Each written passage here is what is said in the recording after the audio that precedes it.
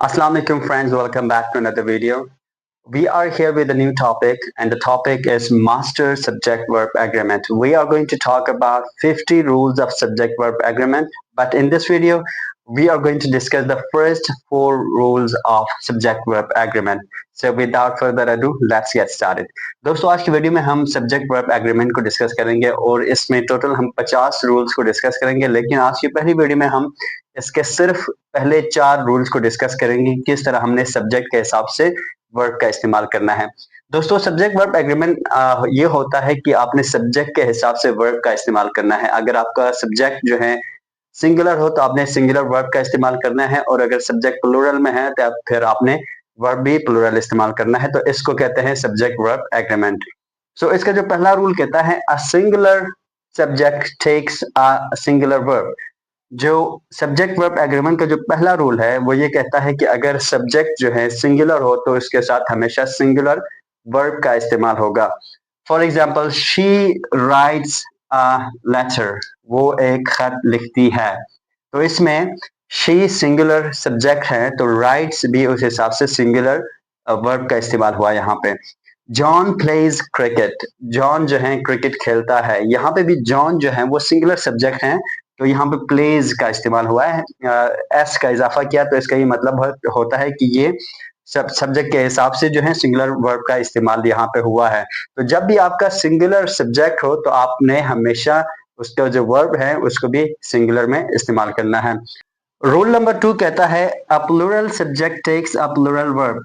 अगर सब्जेक्ट जो है प्लूरल फॉर्म में हो तो आपने वर्ब भी उस हिसाब से प्लूरल में लिखना है। For example we play football, हम फुटबॉल खेलते हैं। दे गो टू स्कूल, वो स्कूल जाते हैं। यहाँ पे वी और दे दोनों जो हैं प्लूरल सब्जेक्ट्स हैं, तो इस हिसाब से हमने यहाँ पे जो वर्ब है उसके हिसाब से हमने वर्ब का इस्तेमाल करना है। जैसे यहाँ पे प्ले और गो से हमें ये मालूम होगा कि ये जो सब्जेक्ट है वो प्लूरल फॉर्म में है। और इसके जो रूल नंबर 3 है वो ये कहता है if two singular subjects are joined by and use plural verb. अगर दो सिंगुलर सब्जेक्ट्स हो हमारे पास और उन दोनों सिंगुलर सब्जेक्ट्स को जो है एंड जो कंजंक्शन है, कोऑर्डिनेटिंग कंजंक्शन जैसे कहा जाता है, उससे मिला दिया जाए तो उनके साथ हमने हमेशा प्लूरल वर्ब का इस्तेमाल करना है। जैसे रानी एंड रीमा आर फ्रेंड्स। अब रानी जो है सिंगुलर सब्जेक्ट है और रीमा भी सिंगुलर सब्जेक्ट है, but they are joined by and. इन जो एंड का जो लफ्ज है ये इन दोनों को मिला रहा है, तो आगे जो वर्ब का इस्तेमाल होगा वो प्लूरल फॉर्म में होगा। ये रूल नंबर 3 कहता है when two singular subjects are joined by and use plural verb. तो यहाँ पे प्लूरल होगा तो इसकी जगह पे हमने आर का इस्तेमाल करना है। इसी तरह इस एग्जांपल भी देख सकते हैं tea and coffee are available. Tea भी सिंगुलर सब्जेक्ट है एंड कॉफी भी सिंगुलर सब्जेक्ट है, but they are joined by and, then we need to use are plural verb. तो ये कहता है रूल नंबर 3। अब हम डिस्कस करते हैं रूल नंबर 4। रूल नंबर 4 कहता है if two subjects refer to the same person or thing use singular verb। अगर हमारे पास दो सब्जेक्ट्स हो और वो एक ही चीज को या एक ही शख्स को रेफर करता हो, यानी उससे मुराद एक ही शख्स हो या एक ही चीज हो, तो उस सूरत में हमने सिंगुलर वर्ब का इस्तेमाल करना है, प्लूरल वर्ब का इस्तेमाल नहीं करना। अगर वो दोनों सब्जेक्ट से मुराद एक ही चीज हो या एक ही शख्स हो। जैसे bread and butter is my favourite food. तो यहाँ पे ब्रेड एंड बटर जो है हमेशा एक चीज के लिए इस्तेमाल होता है, तो इससे मुराद एक ही चीज है, मतलब रोजी या रोटी के लिए इस्तेमाल होता है। तो उसके लिए हमने यहाँ पे एंड की वजह से यहाँ पे आर नहीं करना, क्योंकि यहाँ पे ब्रेड एंड बटर से मुराद एक ही चीज है, एक ही चीज को रेफर करता है, तो हमने उस सूरत में इज का लफ्ज लिखना है, प्लूरल में नहीं लिखना।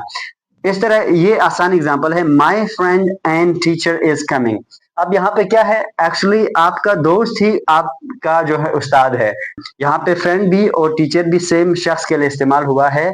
My friend and teacher is coming, actually जो आ रहा है वो आपका दोस्त है और वो एक टीचर है, उस वजह से हमने इस का इस्तेमाल किया है, क्योंकि ये दोनों जो सब्जेक्ट्स हैं फ्रेंड और टीचर वो एक ही शख्स के लिए इस्तेमाल हुआ है, एक ही शख्स को रेफर कर रहा है, तो इस वजह से हमने इसका जो है वर्ब इस्तेमाल किया है। ये इसका 4 रूल। और इंशाल्लाह जो आगे जितने भी रूल्स हैं हम उनको अगली वीडियोस में डिस्कस करेंगे। अभी तक आपने हमारे चैनल को सब्सक्राइब नहीं किया तो आज ही सब्सक्राइब कीजिएगा, ताकि आपको हमारी वीडियोस डेली बुनियाद पर मिलती रहे। Thank you for watching English as academy.